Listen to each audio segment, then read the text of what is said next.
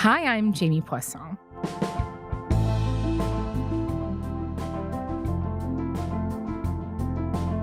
So there have been tent encampments in Canada for a long time now, but since the pandemic, it has been a lot different. In those first couple years, housing prices soared while social distancing cut down capacity at shelters. Hundreds of thousands of people went without a place to stay at some point, mostly because they didn't have enough income. And as the tent camps became a fixture in major cities' parks, so did the city's aggressive removal tactics. Residents of a tent city in Vancouver's downtown east side have been put on notice. Toronto today chose brute force in taking down another homeless encampment. It says camping in parks is unhealthy, unsafe, and illegal. And that it's In Vancouver, one encampment was significantly different. The city's only fully legal tent community in a place called Crab Park, a green space next to a container port. Sarah Berman is an investigative journalist based in Vancouver, and she just co-wrote a piece in Maclean's detailing what the story of Crab Park reveals about Canada's war over encampments. To quote from the piece, while no one believes tent villages are a good thing, the debate is still raging over whether they've become a necessary one.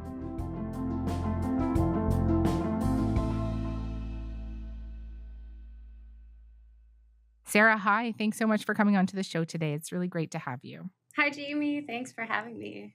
So I want to start, as you do in your piece, which is really great. It's an excellent piece of journalism. Thank you. With a man named Dave Bradbury, who lived at Crab Park and whose story, I think, tells us a lot about the needs that are driving these encampments. And as you and your co-author, Jesse Winter, developed this relationship with Dave, what did he tell you about the circumstances that left him without a home? Yeah, so Dave was hard to miss in the crab encampment. He was always in the kitchen tent right at the front entrance. So he was this bubbly personality, loved talking about his kitchen tent.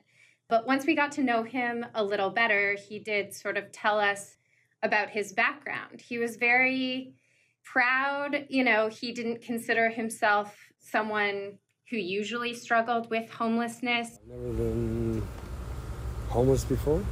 Mm-hmm. Raised a family on my own, 3 girls since they were young. My mother passed away, and I raised 3 girls on my own. He's a construction worker. He works in trades. He was in Kitimat at the time that the pandemic hit. He was living with his partner at that time. My wife at that time, she worked, and COVID hit, and it just, all of a sudden, it just seemed like the world stopped and changed, all in a moment. Like, it was the most unreal thing I've ever had to live through.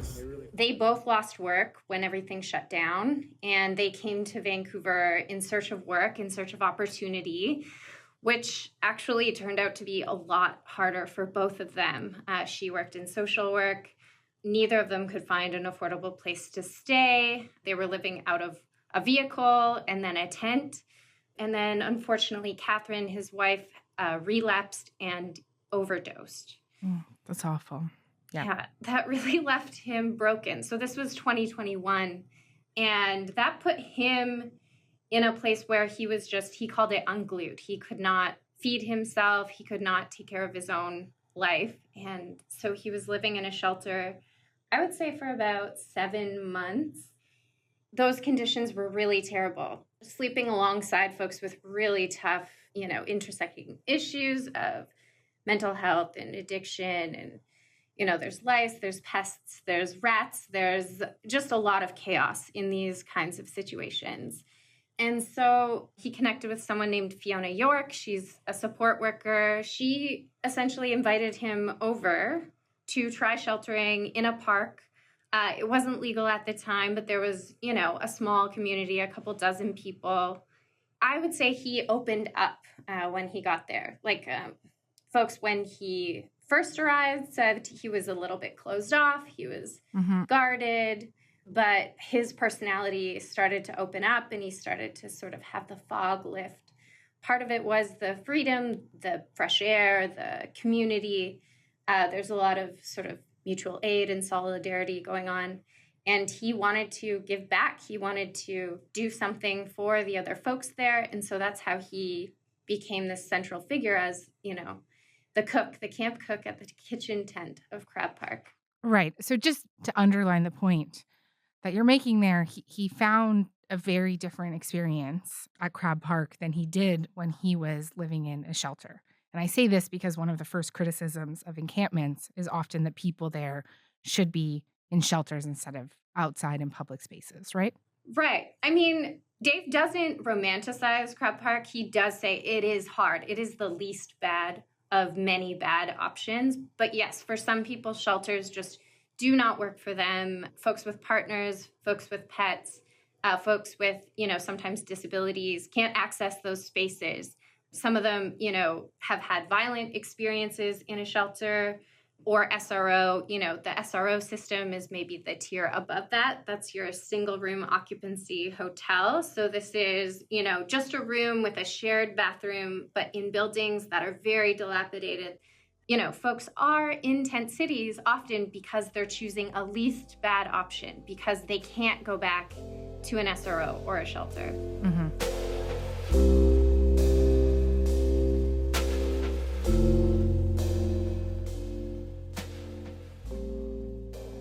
Let's talk a little bit about the context that this camp sprung up in, right? So the beginning of the pandemic caused many more Canadians to go without shelter, 88% more by one measure that you cited. Even now, there's some 200 camps in Toronto. But also, during the time that we've seen them really proliferate, we have started to see a backlash to the spread of them, right? And what kind of headlines were we seeing that brought a lot of negative attention to the tent cities? So there's been a long history of tent cities in Vancouver, and always there's been somewhat of a backlash about needles, about noise, about disorder. But I would say in 2020 or so, it reached a different level of backlash. In part, that was because at the time, the encampments in Vancouver at Oppenheimer and then Strathcona Park, there were a series of violent incidents.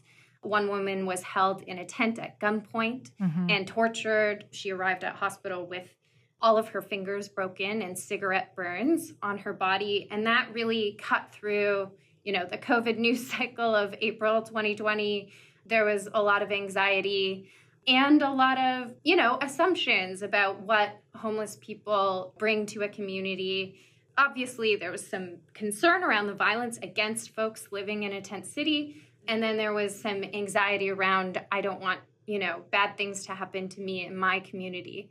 And the downtown east side is sort of up against a very affluent area. And so anytime you have this affluent and very not affluent areas butting up against each other, you're bound to have that kind of backlash. I remember one event, that home invasion, right, in 2021 that involved someone who was camping at Strathcona, right? Yes. You had this man, Sandy, who had claimed to be the mayor of Oppenheimer and was living in Strathcona. And he was involved in this awful home invasion and eventually pleaded guilty to manslaughter. Those type of headlines, people remember them. And so when they see folks suffering in desperation, their immediate thought might be to go to that headline. Yeah. With all this polarization over the camps, how did we see most major cities breaking up or blocking them? I would say trying to get rid of them swiftly seemed to be a strategy in a lot of communities that had never had tent cities before, right? So there was one stat I looked up, a survey of 72 communities all across Canada, and 68 of them had tent cities. This was in 2020. And so you had Winnipeg, for example, putting these high-pitched sound emitters under bridges to prevent encampments from taking hold there. You certainly had places like Edmonton doing swift sweeps. Any camp bigger than 6 people was deemed high risk and cleared. Police were on scene as city workers in protective gear sifted through what was left behind, hauling it away in a garbage truck. You definitely had Toronto in 2021 doing some pretty high-profile clearances. Police officers formed a line as they slowly worked their way through one of two encampments on the north and south sides of Toronto's Trinity Bellwoods Park. Some were pepper sprayed. 3 were arrested. By 3 o'clock, there was one encampment left. What's the plan now? But you did also have experiments with managed encampments. Smithers actually was one of these places that tried to set up, just a 6-person picnic table, a community for the folks who were outside in very cold weather. But then you had neighborhood backlash. So it was just this cycle going around and around. There was just a lot of clashes all across the country.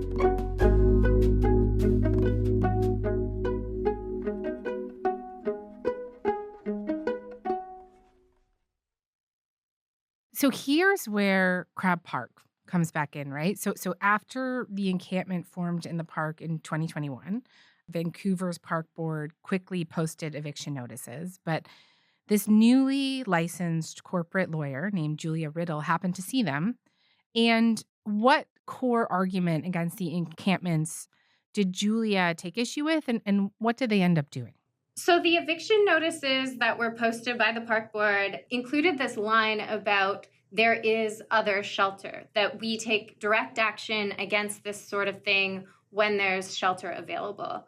And that specific line just didn't track because Julia knows the history of tent cities in Vancouver. There was a 2008 case in Victoria that found essentially that if there's not enough shelter, it goes against the Constitution in Canada to clear that encampment if they have nowhere else to go. So with a couple colleagues actually out of UBC, Julia starts this judicial review campaign. And basically they scour, the shelter system. They try to find out what's available. They see that there is not even close to enough shelter in Vancouver to house everyone in Crab Park. The shelter spaces that are available, there's a lot of accessibility issues, potentially high barrier spaces. Right. And so they put together this case. The courts actually decide that this park board eviction isn't based on fact and it isn't fair. They didn't actually go to the folks affected and ask them for input. And just, you mentioned the folks affected. Before we go on, I know one resident of the encampment was a key part of that case, Carrie Bamberger, right? And just tell me a little bit about her. Carrie is a wonderful person who feels a lot of responsibility for everyone in Crab Park and everyone who lives a similar situation in an encampment. Really, we just basically give them a spot, find a spot where they can camp, and hook them up as best as we can with whatever supplies we have, like tents, sleeping bags, mats, cots, tarps, food, water. She had been homeless for a lot of her life, on and off. She had a partner, Clint, who she had lived with in an SRO, but she was threatened and attacked by a woman on her floor in that SRO. And so specifically that SRO became unlivable for her in 2021. And so she came to Crab Park, again, sort of as a least bad option. You have, safety in numbers. She was, one of many folks who submitted for the court case. But actually, Carrie, by the time that the court date arrived, she was suffering from, health issues related to living outside. And so she actually couldn't even be there to see it happen because she was in the hospital. I never actually personally made it into the courtroom. I was actually in the hospital in a coma. Oh, no. Yeah. It's a really weird thing. I never thought I'd win in court against a small arm of the government from a hospital bed. Jeez.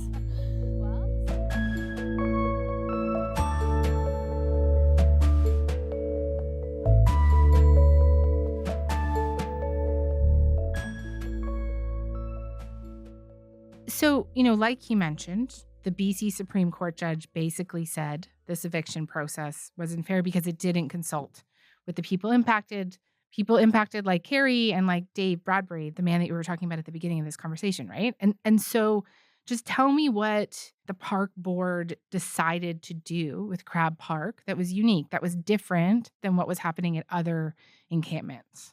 I mean, they were very strongly encouraged by this judge to rethink everything, in particular because the judge noted that if you clear one place, this is just going to pop up somewhere else. So you can't just push it to somewhere else. And so what they decided to do is designate an actual daytime sheltering area in the park. So a small portion of the park just over by the water would be essentially an outdoor shelter, a first legal outdoor shelter in Vancouver. Right. Live there 24/7. While this is happening at Crab Park, Vancouver itself continues to crack down on other encampments, right? So current Mayor Ken Sim actually came into office in part on a safer streets message. But I'm wondering about the legal effect of the Crab Park decision across the country, right? Has it influenced what courts are doing elsewhere in Canada? I look at it as a bit more of a grander scale. So over the last, say, 15, 20 years, a lot of decisions in a lot of different places have started to turn. Most of the time over the last 20 years, police are given court orders to clear encampments. And I would say still that's the majority of the cases do go that direction. But during the pandemic and during this time of very heightened poverty and lack of shelter, judges have been less willing to give those court orders to do those clearings.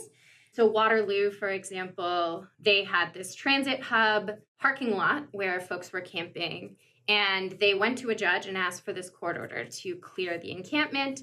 A group of activists actually tried to fight that decision and essentially won the right to let those folks stay there and actually stop this transit expansion that the city was planning at the site. But not every case has gone that direction. So you also have, for example, Edmonton, where you had a similar case, again, argued on a constitutional basis. If people don't have anywhere else to go, they're at risk of essentially dying, either in the elements or from overdose or what have you. And that case actually failed. So the judge actually dismissed that case, in part because the activist group didn't have standing to represent the encampment residents. So it's still a mixed bag. It's not 100% turned in one direction or the other, but if you look at it on a grander scale, you can see a trend for sure. And while this legal fight has been playing out, do you have a sense of which direction public opinion has headed in on the issue of tent encampments? It's very divided. I would say there's still very much a lot of anxiety around encampments, in part because cities are still learning how to manage them, how to potentially serve those very vulnerable communities in a way that makes sense, in a way that's orderly and clean for everyone. You know, like folks that live in these camps, they also want a clean, orderly, safe place to live. And so when these places get chaotic, when there is influence of potentially criminal elements, everyone is protected better if there's better management. It's just that cities don't want to be the one holding the reins on these kinds of projects. I would say, though, that there's more than ever solidarity, you know, like neighbors helping neighbors. During the pandemic, a lot of activism cropped up around these, not just in Vancouver, but in a lot of these places. Mutual aid societies bringing meals, bringing donations, sleeping bags, tents, you know, whatever folks need, legal advice. It's hard to say, but definitely these camps are more supported than ever in terms of real material support.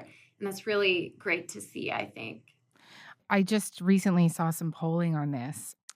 And people are, as you said, very divided on whether municipal government should immediately dismantle any of the encampments or tent cities in their city. 46% supported that. And then, of course, you know, as you mentioned, there is also support. 42% opposed it.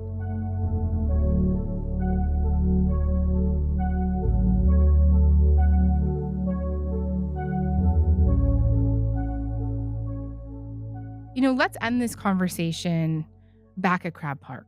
What has become of it as this debate kind of rages on as the camp has aged.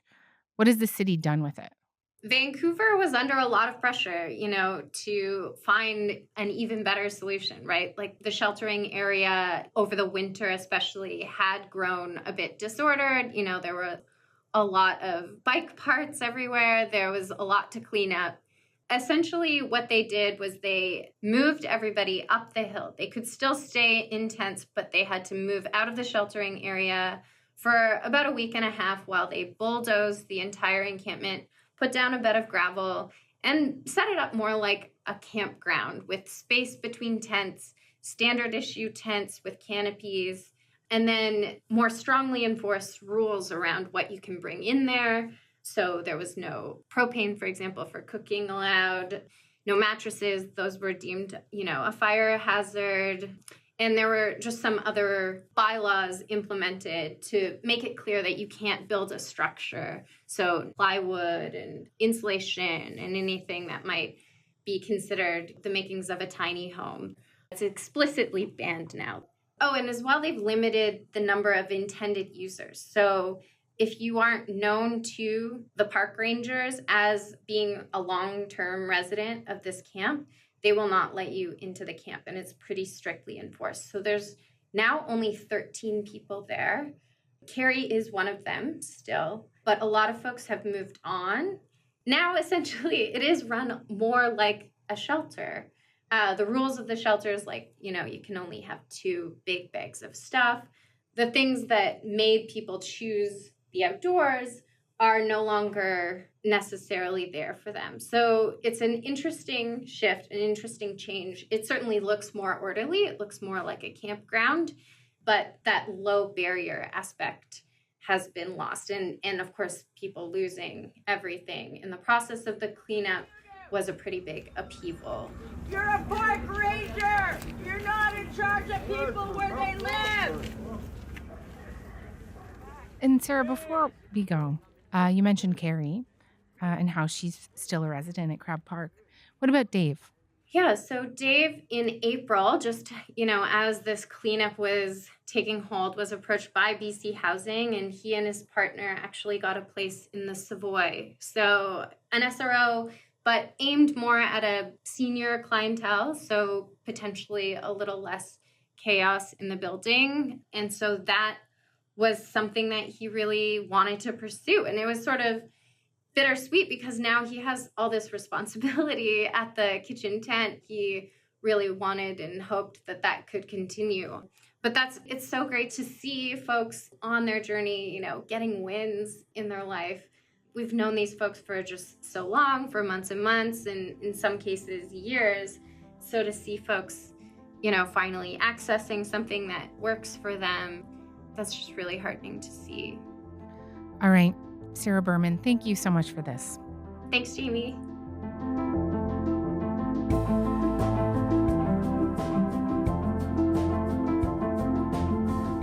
All right, that is all for today. I'm Jamie Poisson. Thanks so much for listening. Talk to you tomorrow.